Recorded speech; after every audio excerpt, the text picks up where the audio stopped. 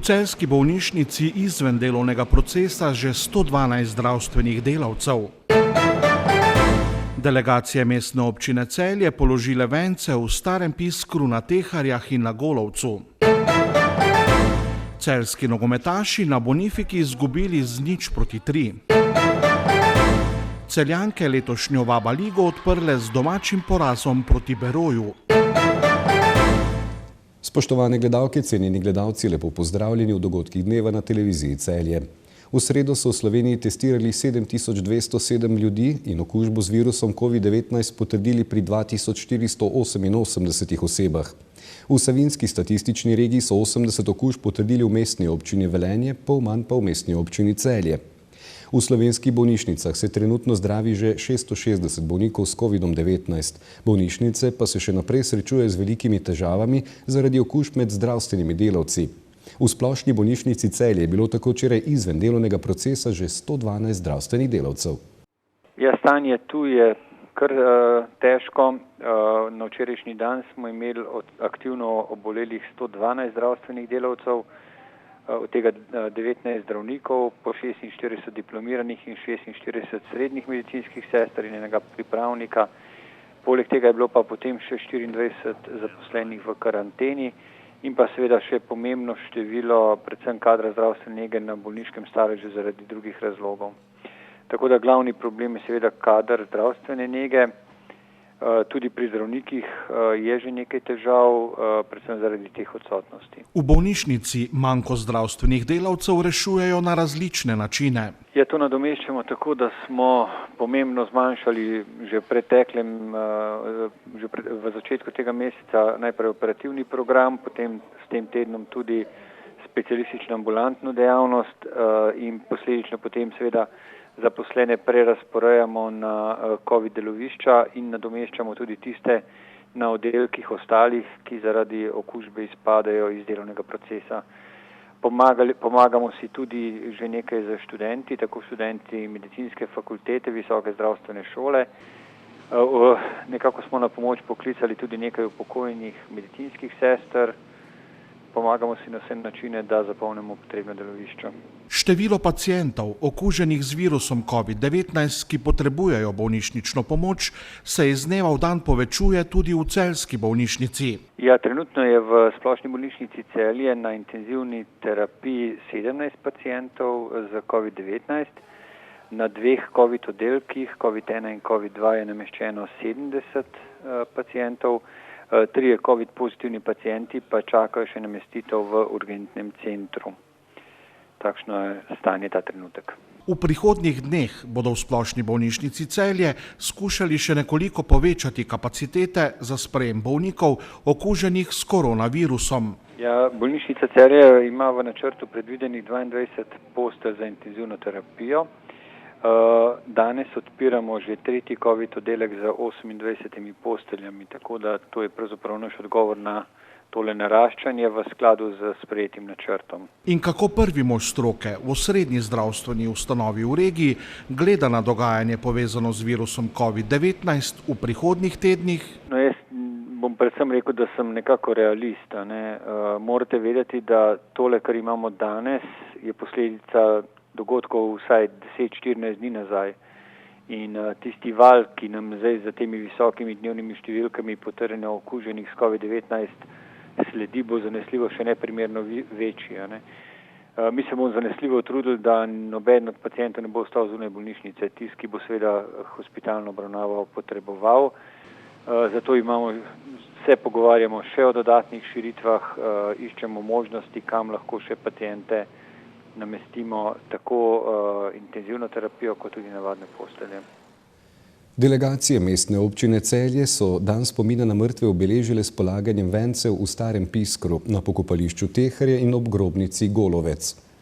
Pred 1. novembrom so obiskali tudi grobove častnih meščanov na celjskem mestnem pokopališču. Posnetki pa so iz Starega Piskra, kjer je bil pred 2. svetovno vojno zapor za ženske. Ko so Nemci zasedli Celje, so ga uporabljali za zapiranje, mučenje in usmrtitve pripadnikov narodno-osvobodilnega boja.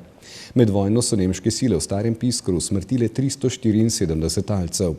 Partizani so leta 1944 uspeli osvoboditi več kot 300 zapornikov iz zapora. Danes se v tem poslopju nahaja mladinski prevzgojni zavod. Delegacije Državnega zbora, Mestne občine Celje in borčevskih organizacij so danes vence položile tudi pri spomeniku v spominskem parku Teharje.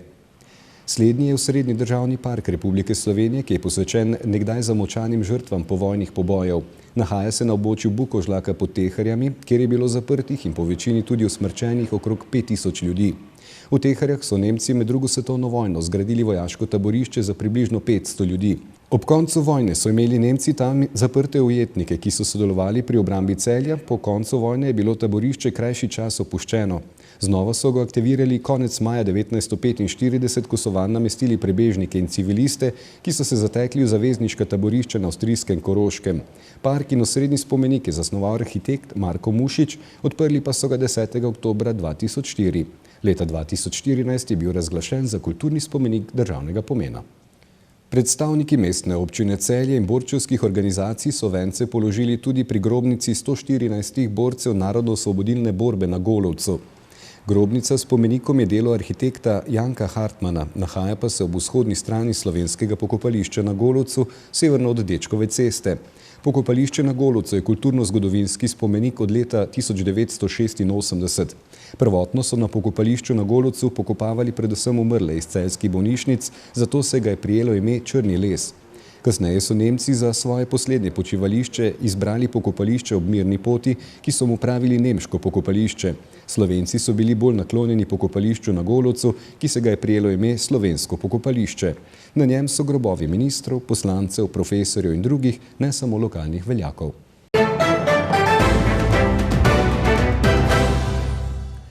S tekmami 9. kroga državnega prvenstva se danes zaključuje prva četrtina nogometnega državnega prvenstva. Nogometaši Celja so včeraj gostovali v Kopru in z novincem v prvoligaški druščini izgubili z 0-3. Celjani so v vodnih 9 krogih osvojili 9 točk. Čeprav je bila dosedanja medsebojna statistika močno na strani aktualnih državnih prvakov, ki so pred včerajšnjo tekmo dobili 12 od zadnjih 13 medsebojnih obračunov, se je tokrat razpletlo po željah gostiteljev. Ti so povedli v 22. minuti, ko je po strelu Barišiča odbito žogo v mrežo pospravil nekdanji nogometaš Celja Dare Vršič. Isti igralec je 3 minute pred koncem polčasa poskrbel za še izdatnejšo prednost Kopra ob odmoru. V nadaljevanju so Celjani sicer poizkušali spremeniti potek stvari na igrišču, vendar jim kaj več od nekaj polpriložnosti ni uspelo. Celjsko usodo je dokončno zapečatil rezervist Krajinovič, ki je Rozmana med nogama premagal 6 minut pred koncem obračuna. Dobro, poraz je res visok. Nogometni momenti nam v zadnjem obdobju ne grejo na roko. Moram reči, da neka vložena energija v današnje srečanje je bila boljša kot na zadnjih tekmah. Skušali smo se zbuditi, skušali smo biti agresivni, vendar pa je šla tekma v tej smeri, da na koncu je moramo pošteno priznati, da je domačin zasluženo zmagal. Srečanje na Obali se ni šlo po željah slavljenca v celjskem moštvu Matica Vrbanca, ki je na dan tekme praznoval 24. rojstni dan. Vsekakor to ni moj rojstni dan takšen, kot bi si želel. Mislim, da smo fantje v to tekmo šli motivirani, vseeno smo želeli krivuljo dvigniti navzgor.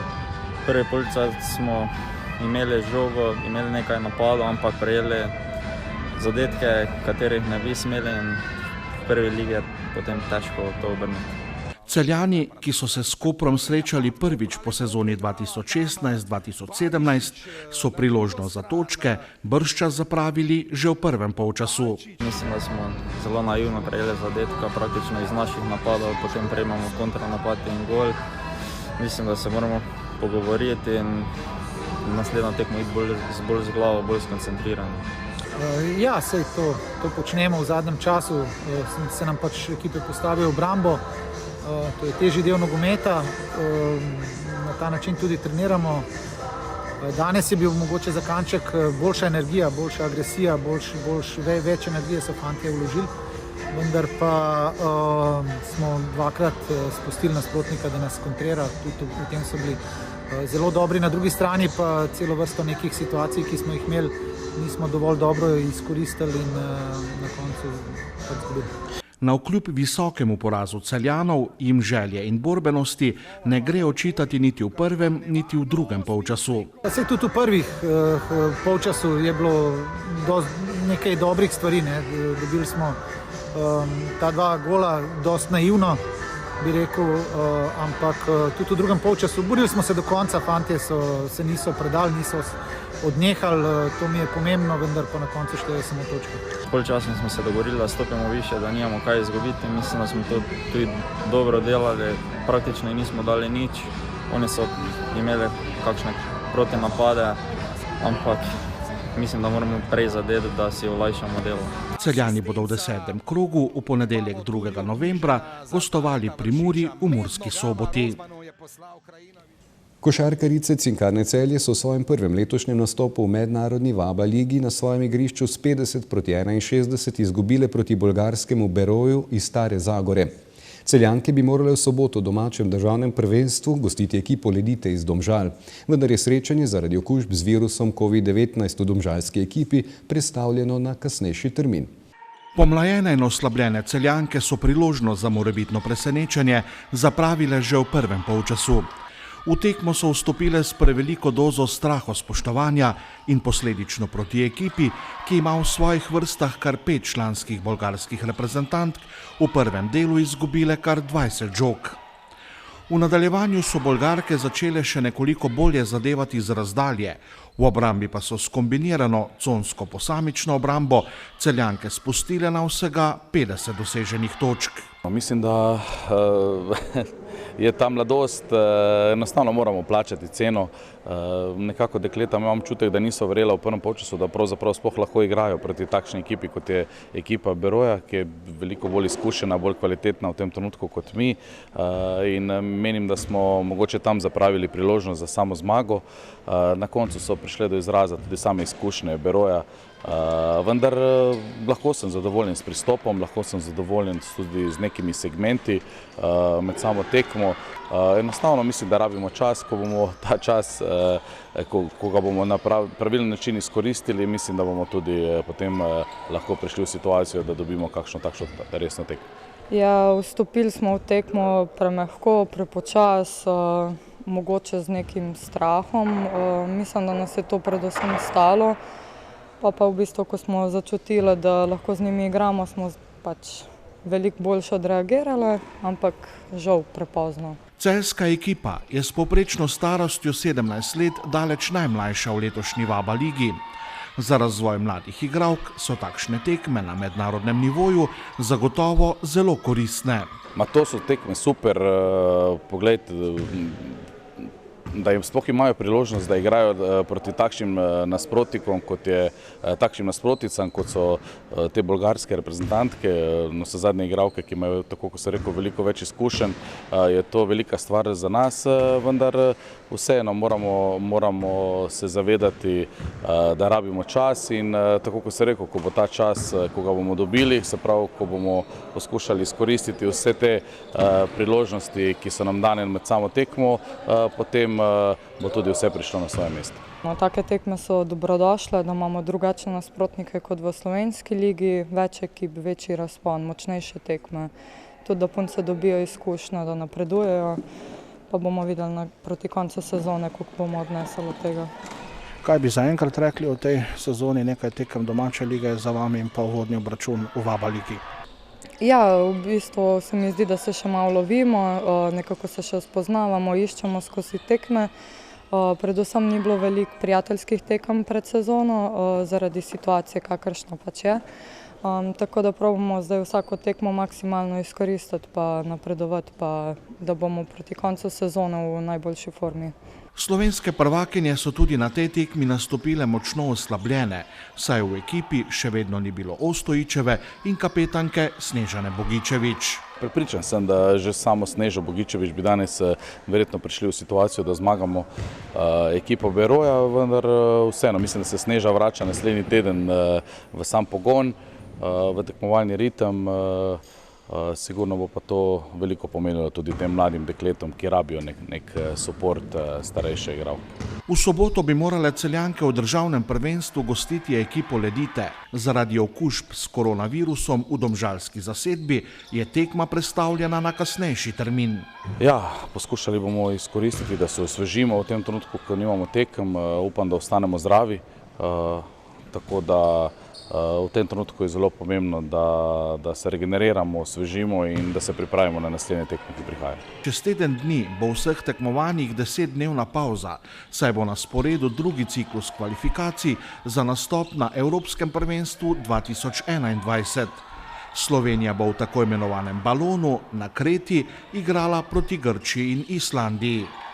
Ja, situacija je taka, da bomo v bistvu igrali v mehurčku.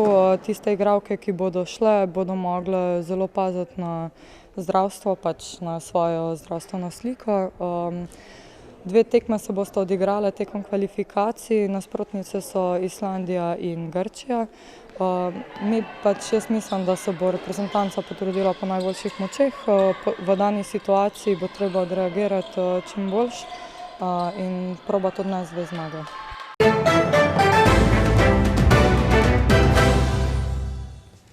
Jutri bo deloma sončno, na vzhodu občasno tudi pretežno oblačno. Zjutraj in dopoldne bo po nekaterih nižinah megla ali nizka oblačnost. Najnižje jutranje temperature bodo od 2 do 8, v morju do 10, najvišje dnevne od 13 do 19 stopinj. V soboto in nedelje bo pretežno jasno, oba dneva bo zjutraj in dopoldne marsikje po nižinah megla ali nizka oblačnost. Spremljali ste dogodke dneva na televiziji Celje. Zaključili smo z vremensko napovedjo, v našo družbo pa vas vabimo ponovno jutri. Hvala lepa za vašo pozornost in lep pozdrav.